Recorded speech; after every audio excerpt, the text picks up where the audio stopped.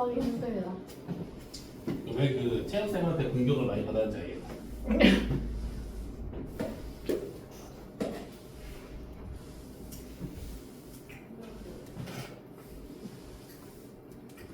(515번)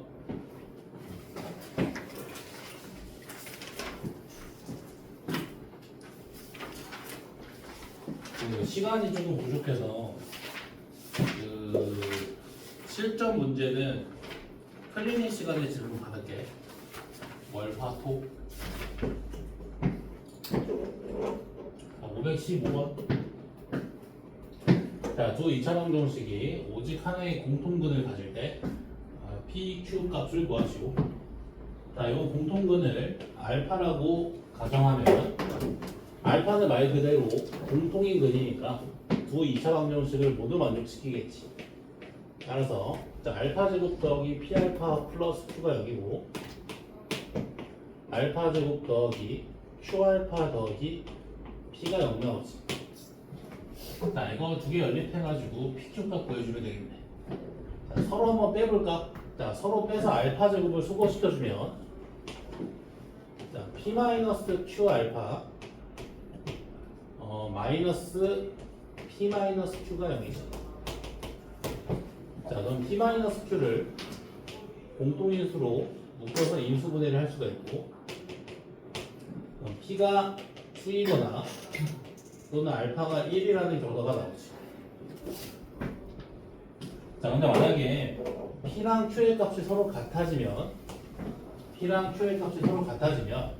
요 두 2차 방정식이 서로 일치하게 되지. 둘 다 x제곱 더하기 px 더하기 p는 0 나오지. 그럼 공통근이 한 개가 아니라 몇 개가 된다? 두 개가 된다. 문제 조건을 만족시키지 않겠네. 문제에서 오직 하나의 공통근을 갖는다고 했지. 따라서 p랑 q랑 같아서는 안 된다. 알파가 얼마다? 1이다. 공통근이 1이다. 자, 그럼 알파 자리에 1을 대입해주면 1 더하기 P 더하기 Q가 얼마다? 0 나온다. 문제에서 P 플러스 Q의 값만 구하라고 했기 때문에 답이 얼마? 빼기 1. PQ는 못 구하게 문제에서. 그래서 P 플러스 Q를 구하라고. 근데 저거 약간 답지에서 막 쓸데없는 내용을 뭐라고? 놓던데요? 어떤 내용? 막 궁금해. 뭐라고? 뭐 써놨어? 알파고시 이 B가 이럴 때 사는 이게 뭔가 이게 뭐야? 이거 못 보겠어. 이거 잘못 들어간 거 같은데? 답이 뭐 1차 3이 나오지? 여기 답이 끝이 16이라고 나오는데 답은 6이네. 여기 좀 잘못 들어간 거 같아.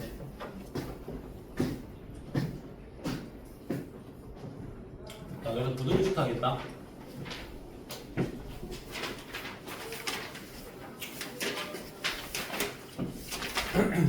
부등식 개념 설명 안 했나? 필기노트 보면서 설명 들으면 돼.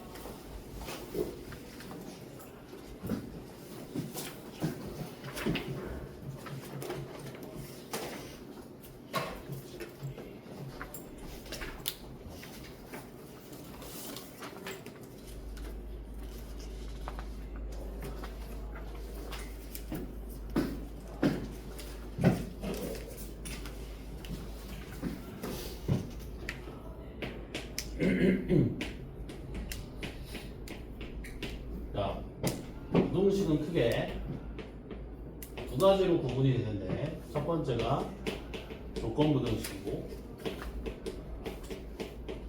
두 번째가 절대 부등식이다.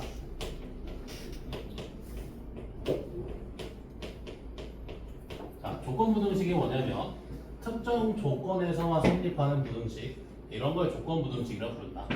변수 값에 따라서 부등식의 성립 여부가 결정되는 부등식, 그런 거 우리가 조건 부등식이라고 부른다. 변수 값에 따라서 부등식이 성립하기도 하고 성립하지 않기도 하는 부등식, 그리고 그 부등식을 성립시켜주는 변수의 값이나 범위를 그 부등식의 해라고 한다. 근데 그걸 하셨어요. 뭐 했어? 네. 그냥 할게. 그냥 어차피 짧으니까. 자, 그리고 절대 부등식. 변수값에 관계없이 항상 성립하는 부등식 주어진 범위 내에서 변수값에 관계없이 항상 성립하는 부등식.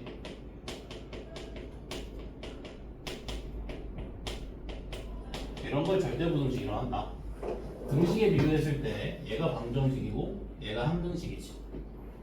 자, 조건부등식에서의 가장 중요한 거는 그 부등식의 해를 구하는 데 있고, 자, 그 부등식의 해를 구하는 방법에는 총 두 가지가 있는데, 첫 번째는 인수분해가 있고,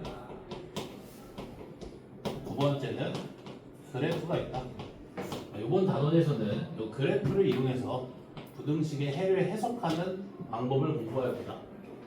여기에다 초점을 맞춰서 공부를 해주면 된다. 이번 단원은. 자, 그리고 절대부등식에서는 해가 딱히 의미가 없지. 그럼 절대부등식에서의 핵심은 뭐냐? 절대부등식에서의 핵심은 그 절대부등식이 성립함을 증명하는 데 있다. 절대부등식이 성립함을 증명하는 데 있다. 그 증명은 또 어떻게 하냐? 최대값과 최소값을 활용해서 증명한다. 최대값과 최소값을 활용해서 증명한다. 자, 예를 들어서 여기 분필 색깔이 있지?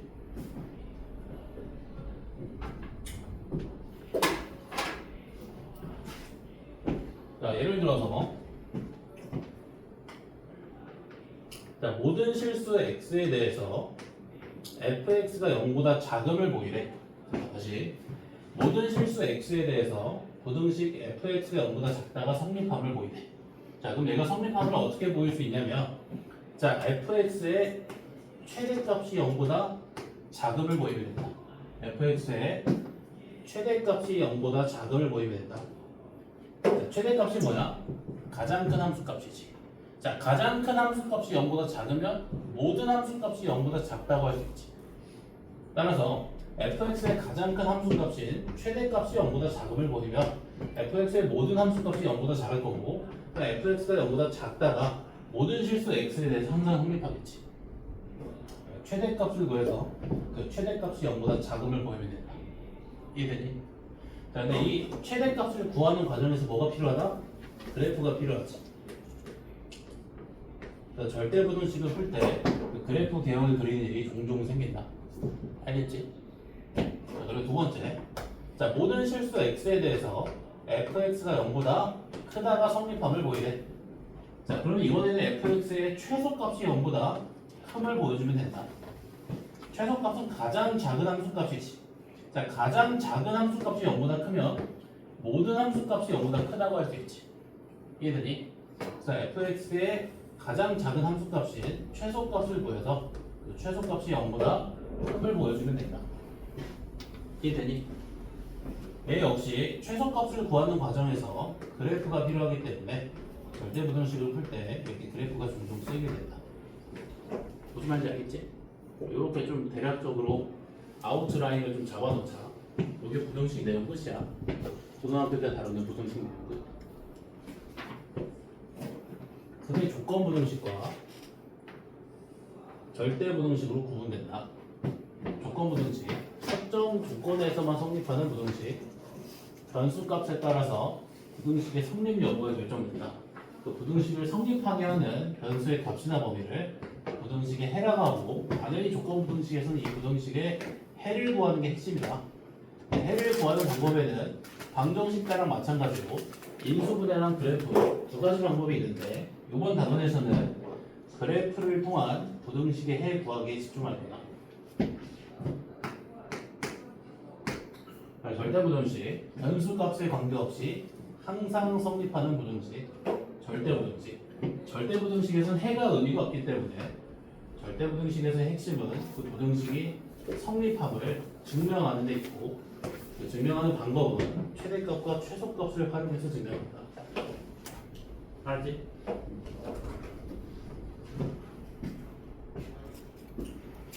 자, 이제 그래프를 이용해서 부등식의 해를 해석하는 거 공부를 해볼게.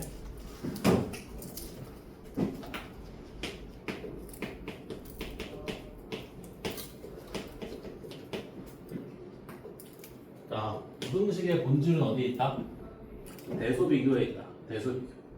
자, 대소 비교할 때 가장 기본적인 게 뭐지? 비교하는 두 대상이 기준을 맞춰야지. 예를 들면 자, 이거 둘 대소 비교 가능해? 불가능하지. 기준이 다르지. 얘는 길이를 측정하는 단위, 얘는 무게를 측정하는 단위지. 얘가 센티미터면 얘도 반드시 뭐가 돼야 돼? 센티미터. 얘가 킬로그램이면 얘도 반드시 킬로그램이 돼야지.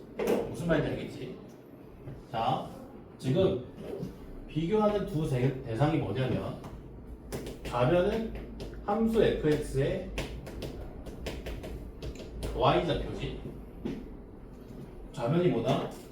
y좌표다. 그 우변도 뭘로 읽어야 돼? y좌표를 읽어야 돼. 어떤 함수의 y좌표를 읽어야 돼. 되니? 0을 어떻게 읽을 수 있냐면 함수 y는 0의 y좌표라고 읽을 수 있지. 아니, 비교하는 두 대상의 기준을 맞춘다. y좌표니까 y좌표. 근데 이 y는 0이 의미하는 바가 뭐다? x축이다. 여기까지 되지?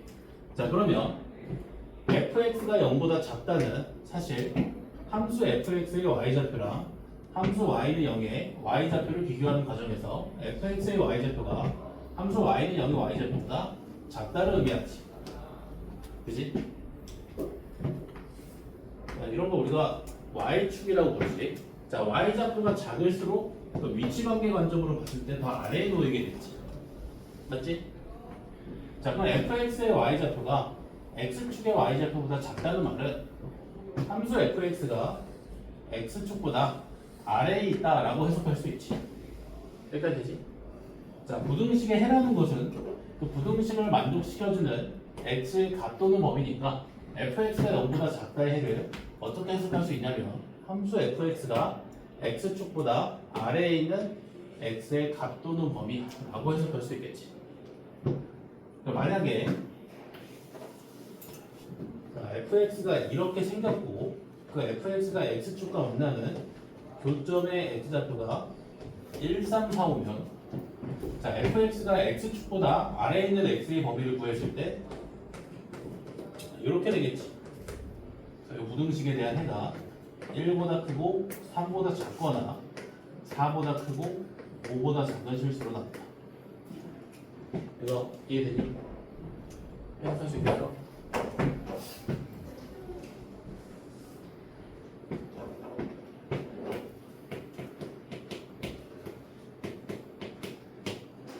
자, 이번에는 부등식 fx가 gx보다 크다의 해를 한번 해석해 볼게. 자, fx가 gx보다 크다. 함수 fx의 y좌표가 함수 gx의 y좌표보다 크다라고 해석할 수 있지. 자, y좌표가 더 크다는 거는 그 위치관계 관점으로 봤을 때 더 위에 놓인다는 거니까 함수 fx가 함수 gx보다 위에 있다라고 해석할 수 있지.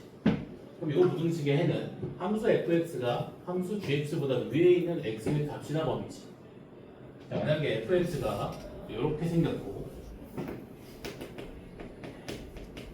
gx가 이렇게 생겼는데 자, 이 둘의 교점의 x좌표가 1, 3, 5이면 자, 먼저 fx가 gx보다 위에 있는 부분을 구했을 때 이 부분이지. 맞지? 그러니까 fx가 gx보다 위에 있는 x의 범위는 자, 1보다 작거나 또는 3보다 크고 5보다 작은 실수가 되겠네. 이거 어떻게 하는지 알겠니? 여기까지 좀 정리해볼까? 머릿속으로.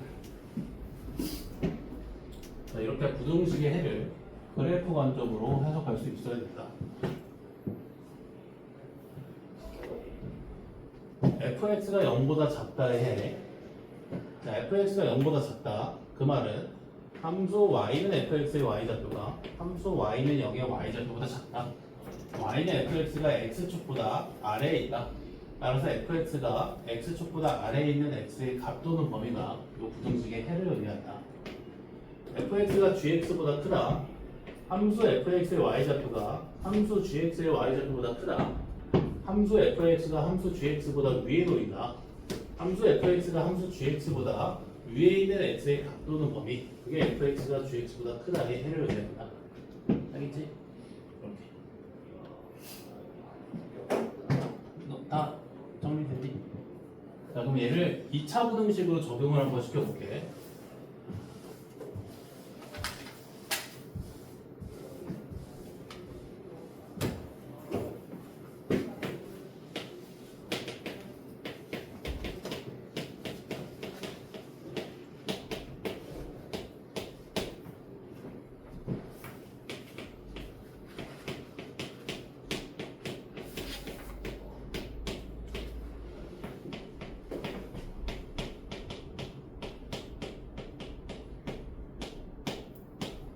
요 두 2차 부등식의 해를 그래프를 활용해서 한번 구해볼게. 자, 편의상 요 2차항의 개수는 다 양수라고 가정을 해볼게. 양수라고. 자, 먼저 요 2차 함수 그래프를 그려주면 x축과 교점의 x좌표가 알파, 베타인 아래로 블록한 2차 함수지.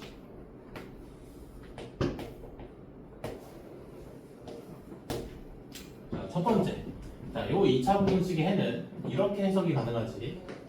2차 함수가 x축보다 아래에 있는 x의 범위.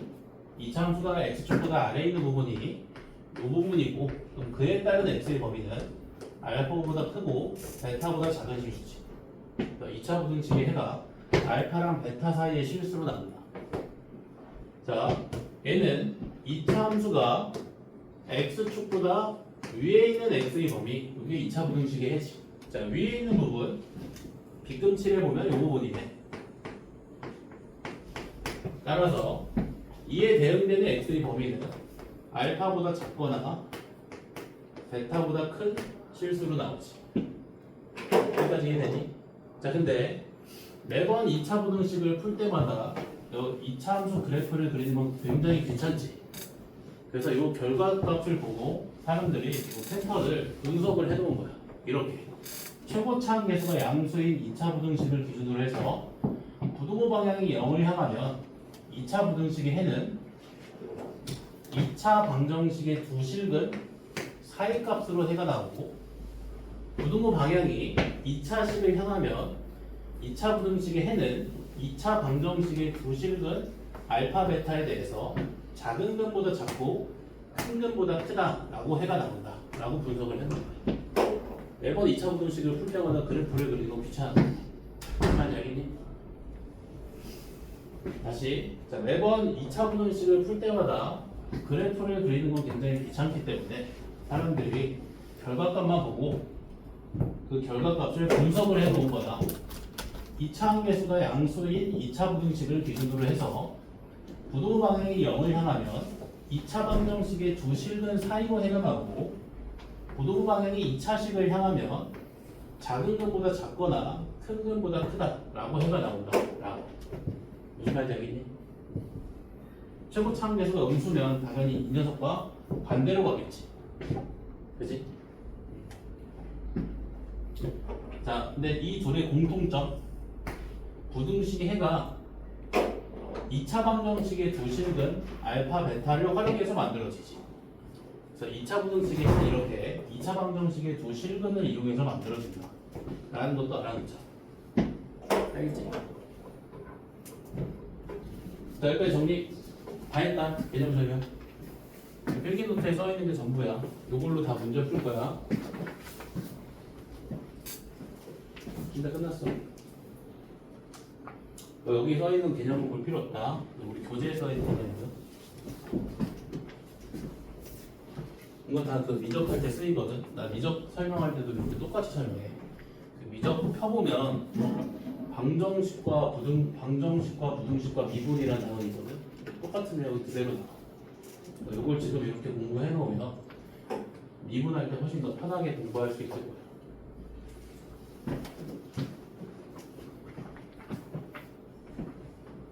자, 문제에서도 부등식이 훨씬 쉬울 거야, 방정식보다.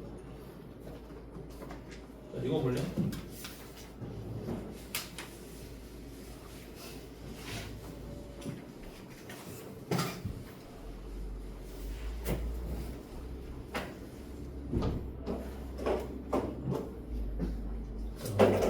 640번. 자, 2차 부등식 fx가 0보다 작다 해가 다음과 같아. 자, 2차 부등식에 어떻게 만들어진다고? 2차 방정식에 두 실근을 활용해서 만들어진다고 했지. 따라서 2차 방정식에 fx는 0에 두 실근이 마이너스 1이랑 2지. 여기까지. 2차 부등식의 해는 2차 방정식의 두 실근을 활용해서 만들어지기 때문에 2차 부등식의 해가 다음과 같이 나왔다는 것은 2차 방정식의 두 실근이 빼기 1과 2라는 말이지. 자, 그럼 인수 정리에 따라서 2차식 fx가 x 더하기 1과 x 마이너스 2를 인수로 갖지. 그리고 최고차 함계수는 아직 모르니까 a라고 가정해주면 되겠네. 여기까지 되니? 자, 만약에 fx의 최고차 함계수가 양수였다면 부등호 방향이 0을 향하니까 2차 부등식의 해가 2차 방정식의 주실근 사이로 해가 나오겠지. 근데 그렇지 않게 나왔다는 것은 최고차 함계수가 양수가 아니라는 말이지.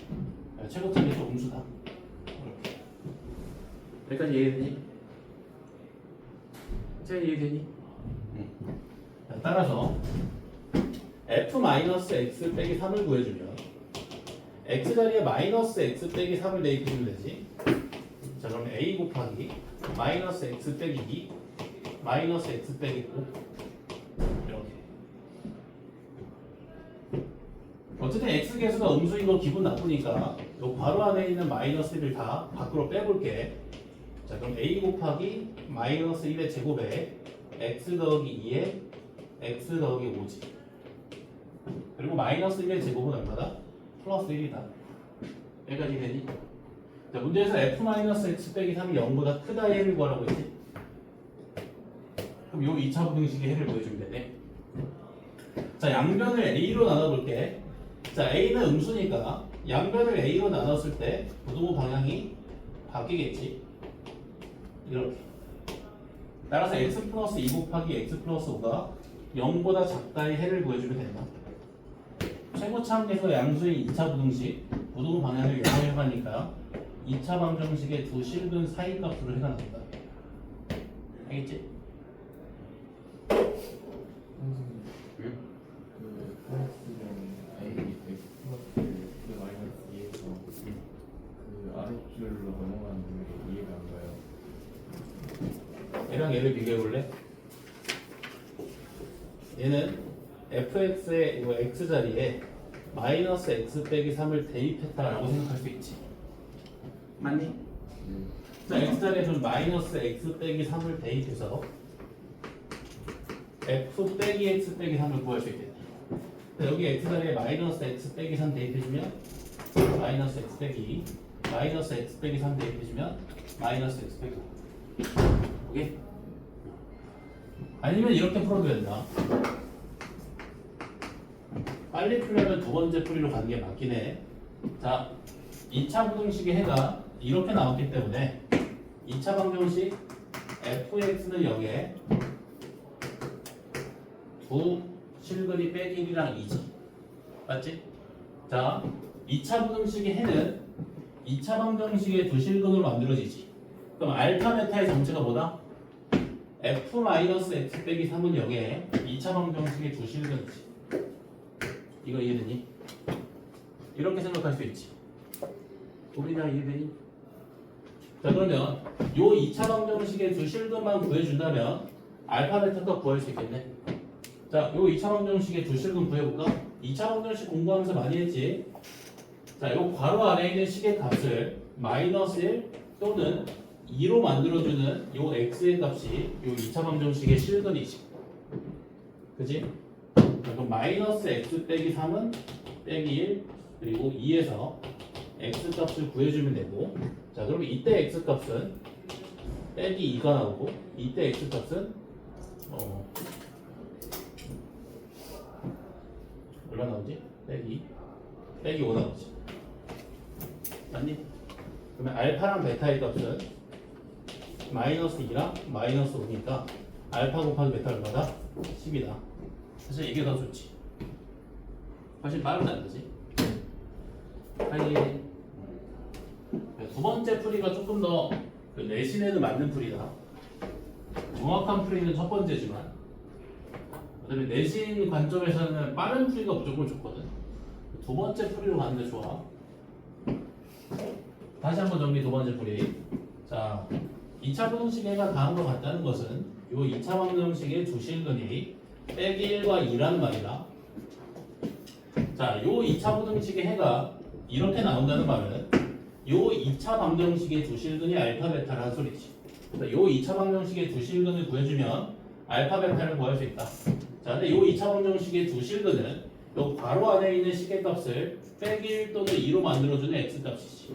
그럼 마이너스 x 빼기 3은 빼기 1 그리고 2에서 요 2차 방정식의 실근을 구할 수 있고 구해주면 빼기 2랑 빼기 5가 나온다. 그래서 알파랑 베타의 값은 각각 빼기 2랑 빼기 5다. 오케이?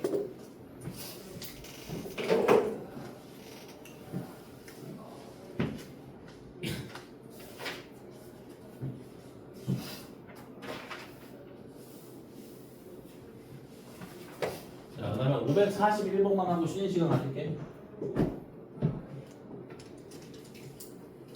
541번. 근데 저희 뭐라고 쓰시는 거예요? 어떤 거? 그 동그라미 친 거에 이거? 아니요 그 옆에 동그라미. 이거? 네. 빼기 아니 옆에 빼기 문자가 뭐예요? 그리고 아니요 그 이거? 마이너스 x 마이너스 2든 하고 그 문자가 뭐예요? X. x. 괜찮아. 이거는 많은 오해를 많이 받으시겠지. 앞에 있는 건 과인 양을 통해서 말의 그 컴플레인을 받았기 때문에.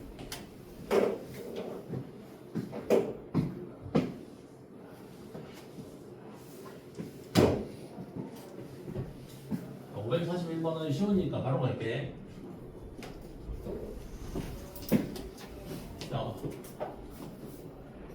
자, 이것도 보면 자, 2차 부등식해가 이렇게 나왔다는 말은 이 2차 방정식의 두 실근이 1이랑 5라는 말이고 그리고 최고차항 계수가 양수인 것도 알 수 있지.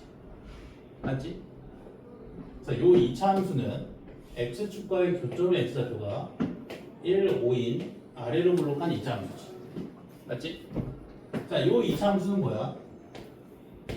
위에 있는 2차 함수 y는 ax제곱 더하기 bx 더하기 c랑 비교해주면 요 2차 함수의 x자리에 x-5를 대입한 함수지. 그치?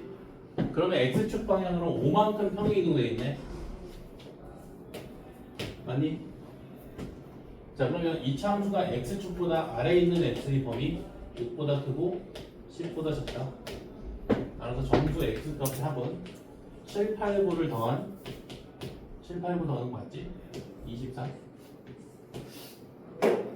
오케이? 왜 10이에요?